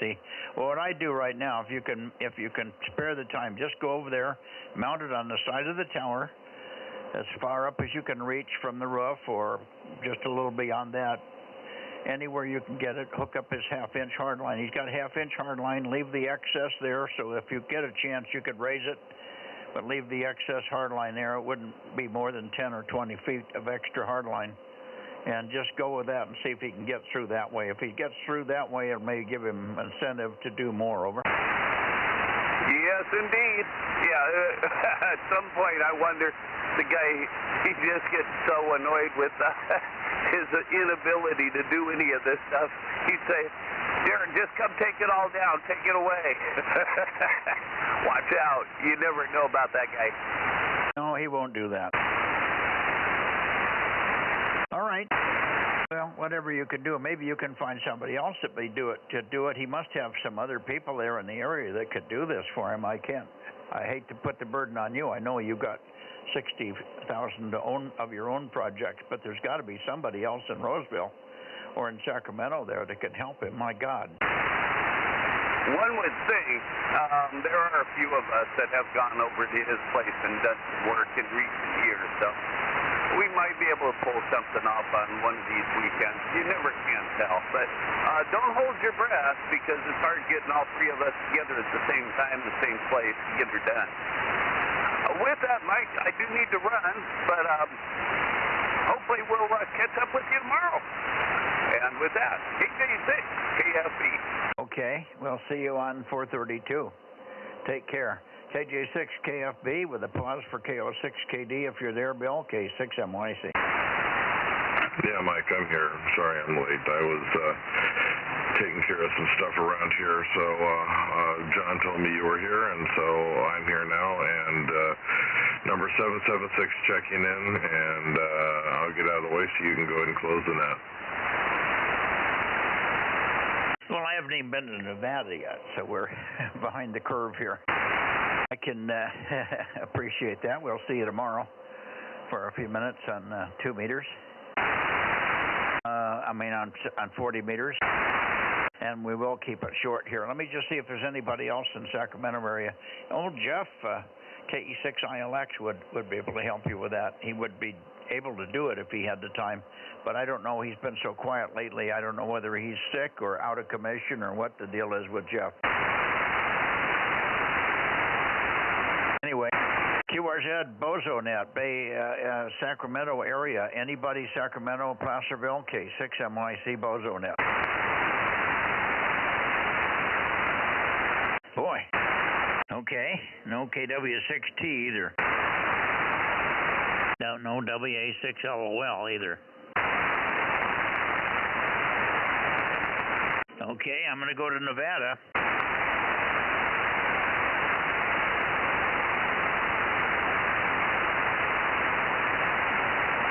Okay, KW6 N7 Whiskey Tango, sorry. N7 Whiskey Tango. KD6BQ. KE7 oh, for gosh sake, I forgot Daniel's call. UQL. UQL. God, what a brain. Okay. KE7 UQL. And 7WT, KD6BQ, K6MYC. Who's up there tonight? Yeah, KD6BQ is here. Larry's gone to bed, so number 249, over. Okay, was he there? Oh yeah, he was here. He just bailed about almost 10 minutes ago, over. Well, I'll sign him in. He was there. It's my fault. We got a lot of little side discussions going this evening about earthquakes and other things happening down here, and the time got long. But thank you for sticking around there.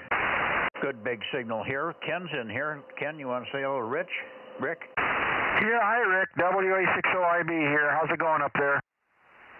Yeah, pretty good, Ken. WA6OIB, KD6BQ. Got a good signal here in Delta Mike 09. And we're getting better there. I got the boot off, and the doctor said I can walk on it. I've tried walking on it. It sort of works. But it'll be getting better over a few days. But it still needs a little bit of extra support. But we're almost out of the woods here now, over. Hey, that sounds great. Glad to hear that. How's it feel getting that thing off? All right, very good. Good to hear you up there. KD6BQ, WA6OIB in the gang. Yeah, you're S9 plus right now, Ken. Yep, you are too. Yeah, you're booming in here too. How about you, Rob? Hey, good evening, Richard. KD6PQ, Kilo Mike 6, Sierra Romeo, over.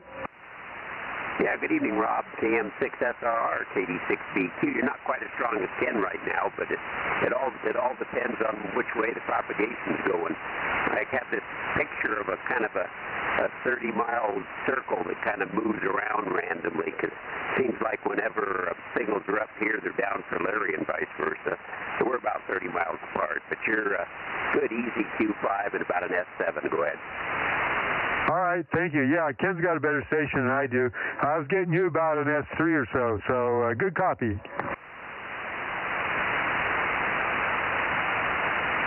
All righty.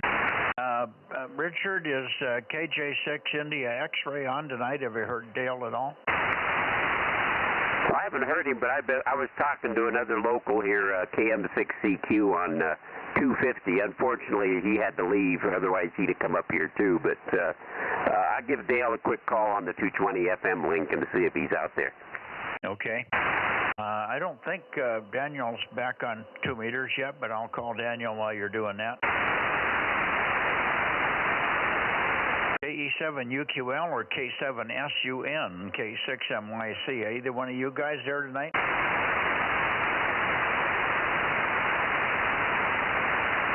Nothing heard from either. Yeah, it's quiet here from Dale, too. I didn't get any response on the 220 link. Okay. Very good. Well, thanks very much, Richard. We'll look for you tomorrow night with your matching 5 watts on 432. Until then, take care and then be ready for the weekend weather. Over. Yeah, they're talking about anything from 6 inches to 2 feet of snow.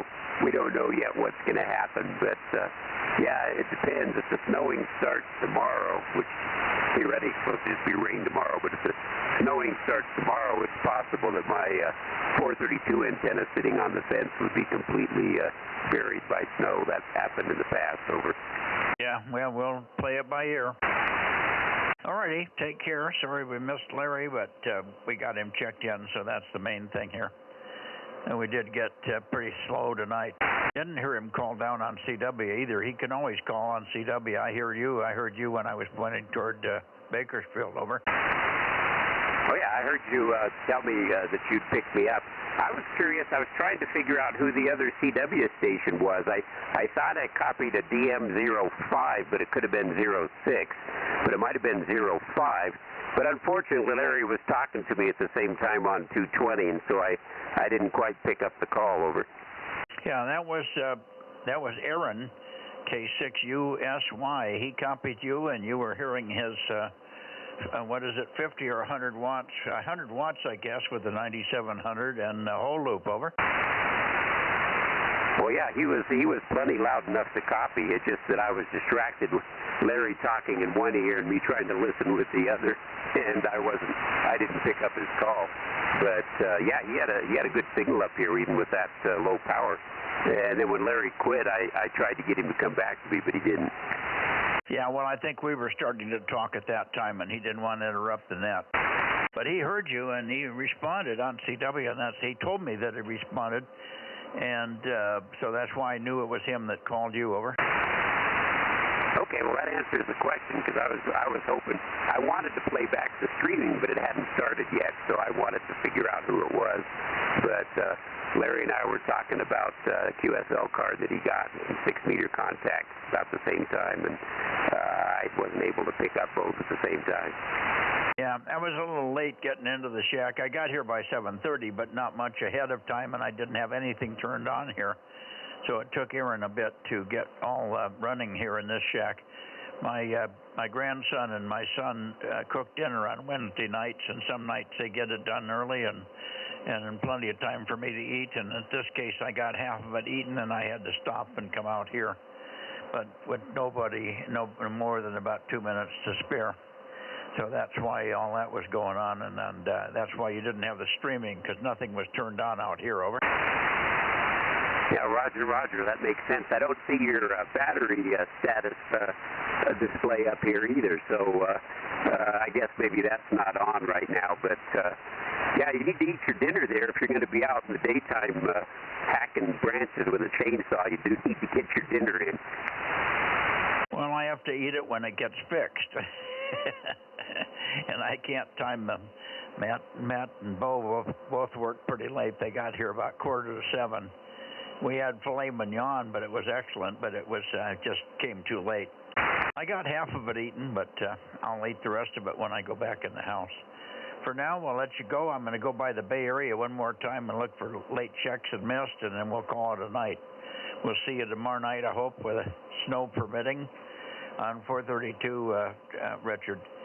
KD6BQ and the group K6MYC going back to the Bay Area.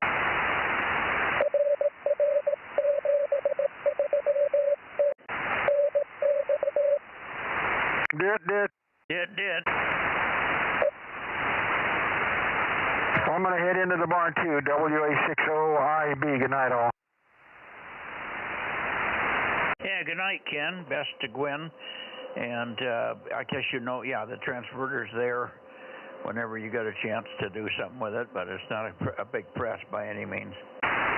It's not there anymore. Well, you got it. You took it home, did you, to work on it? Yeah, yeah. I went down to the shop today, did a couple things, and yeah, picked it up. So I'm getting ready to go in there, and as soon as Gwen hits the sack, I'll go out there and fuss with it. Okay, I think that's the one. He thinks he's burned up the input attenuator. I think that's what's wrong with it. Yep, that's what he said. I remember that. Okay, so hopefully it won't be too much of a challenge to fix. The only problem there is we may have to we got to coordinate with Frank to see what crystal we want to put in there to get it to Well, maybe he's going to do it with a 10-meter IF. Maybe he'll put a different radio in there for a while anyway, and use a 10-meter IF on the thing. Yeah, that's what I wanted to find out, what he's using for an IF receiver or a transceiver. Yeah, he's just gonna have a transmitter. He doesn't need a receiver. Are you still there, Frank? I think Frank went in. I think he's just going to use 10 meters, so I wouldn't worry about that part of it. Just get it functioning, and then he can find the frequency that puts it out on 222.275. Right, that's what he's going to do. And yeah, I'll get it on that frequency and tweaked up to 5 or 7 watts, whatever I can get out of it. Yeah, what was the brand of it? Is this one of those Ukrainian ones? That's correct. Okay, I couldn't remember whether it was a Ukrainian one. Yeah, they were probably about 7 watts in the beacon mode. It'll be all right. Yeah, that'll be fine. Yeah, that's plenty. All right. Good night, all. WA60IB out of here. Good night, Ken. WA60IB, KM6SR, 73. Okay, see you tomorrow night at the board meeting. Roger, Roger. Planning on it. And good night, Ken, K6USY. Good night, Aaron. See you tomorrow night as well. WA60IB. And you heard your comments. You were heard pretty nicely up in Nevada there in DM09 by Richard. Aaron, over. Oh, yeah, I heard that. And he was actually coming in here on sideband pretty good for a little bit and then fading out. But, yeah, at least I got his attention. And, yeah, Ken mentioning the board meeting is a reminder that Rob and I won't be around tomorrow night, but I'll start the stream remotely from Marcus's house. Okay. That'll be on the in-house radio. Yep, that shouldn't be a problem. All righty. We'll have a short night tomorrow night, that's for sure, with the 3 big guns missing. Yeah, and we won't be checking in from Marcus's house unless I could leave my loops configured and check in remotely. Maybe, I don't know. We'll see. Yeah, don't worry about it. I'll just check you in automatically anyway, because I know where you are, and you would be in here if you were home. Yep, Roger. Alrighty, see you later. Good evening, Aaron. Good evening, Rob, and anybody else that's still here. K6MYC going in to finish dinner. KK6, ZKE. Oh, hi, Terry. I'll get you in here, 807. That's 04. 7, I don't know where 807. That's Stan. AB6SR. He drinks Merlot, but he's got the 807 beer number. That's pretty cool. Yeah. So what made you late tonight, over? I was watching these guys trying to start an old Harley Davidson, and I forgot about the net. Oh, no problem. All right, well, good to hear you. We had some interesting discussions this evening, and the guys up in the Discovery Bay area, Oakley, Discovery Bay, they had a pretty big earthquake. It wasn't a big one, but it was very local. And K6SSW in Discovery Bay lives right on the water there, and he said it just was the loudest one he'd ever heard. The ground just dropped like a foot. Yeah, I was listening to that for about an hour or so. I haven't heard anything, formally yet. Well, it probably didn't do enough damage. It was out in that almost never land there. Oh, okay. Well, I'll keep an ear out. And it was a 3.5. So not that big a shaker? It's not big unless you're on top of it. Roger that.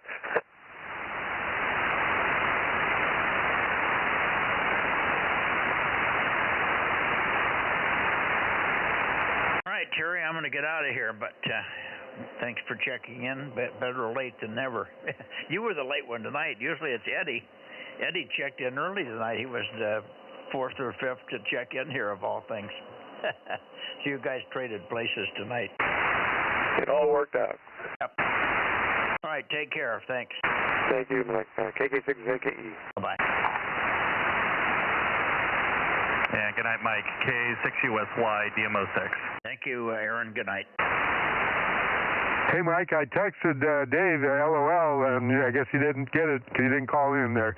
Anyway, we'll say 73s, K6MYC, KM6SR. I think the moon is up now. I'm not sure. I haven't looked out there, but I think he's getting moonrise, and he's probably all ready for that.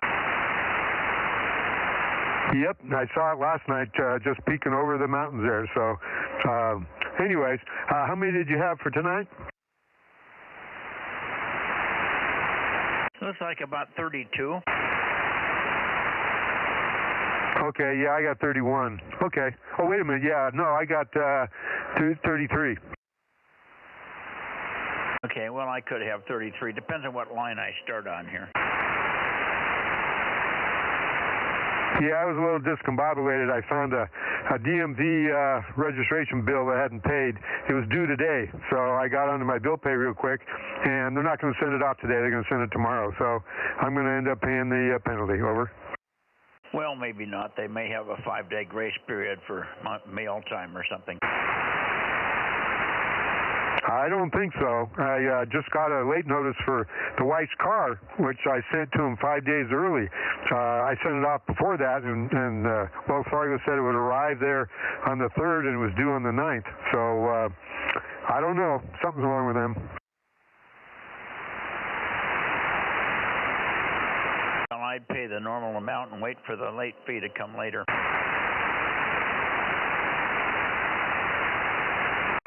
You don't even know what the late fee is going to be, do you?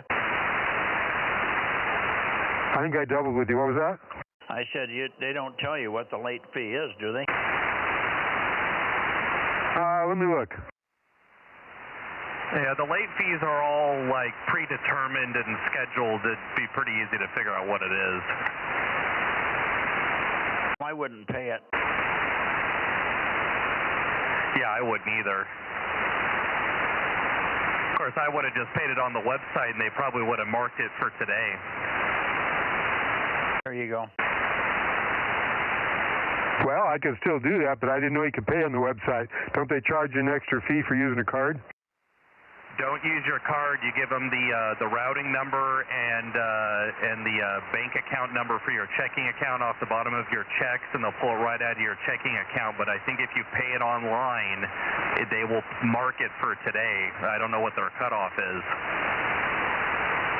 Today is today till 2 more hours, or 2.5 more hours anyway. Right, but the banks are closed, so I don't know if they cut it off at 5 p.m. or not.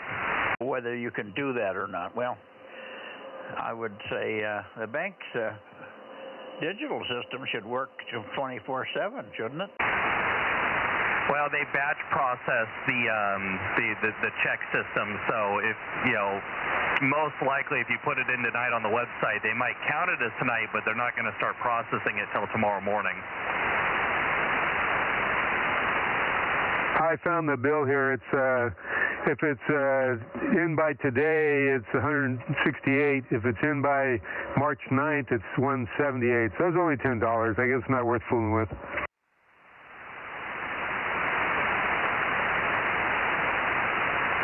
I'd send it in at 168 and let them complain. It is. Double with you, Aaron. Yeah, I was just saying enough people pay that stuff late. They say right on the bill what the late fee is. Yeah, I would pay 168 and let it go. Tell them it didn't get picked up from the post box like it should have in the morning. So you're saying that I should not use my bill pay, but pay it on their website? Don't know.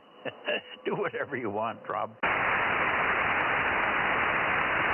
I don't know. I'm just saying how I always do it. I pay it on the website with the routing numbers off my checks, and I don't have to pay an extra fee, and I don't have to worry about stuff going in the mail.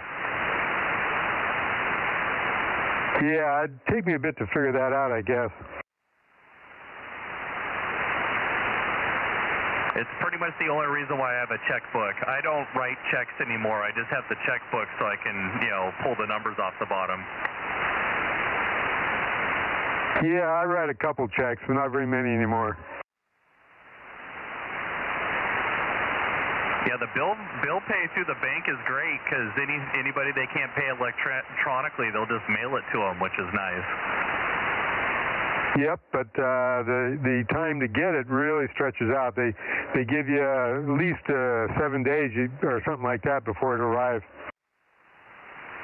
Yep, that's correct. You got to give the bank a lead time to get it printed and mailed, and then it's got to go through the system to get there and be processed. So, yep.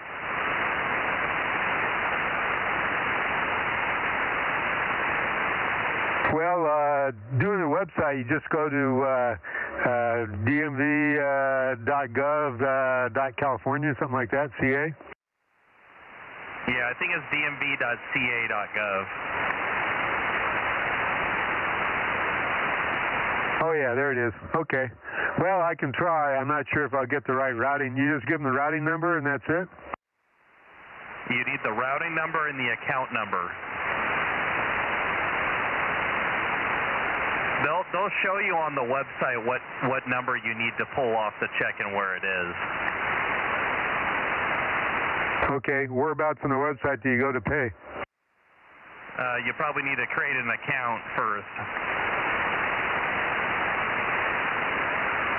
Well, I think I have one because I did some address changes where I think I had to make up an account, but I'm not sure what it was now. Well, start with doing a forgot password and then go from there. So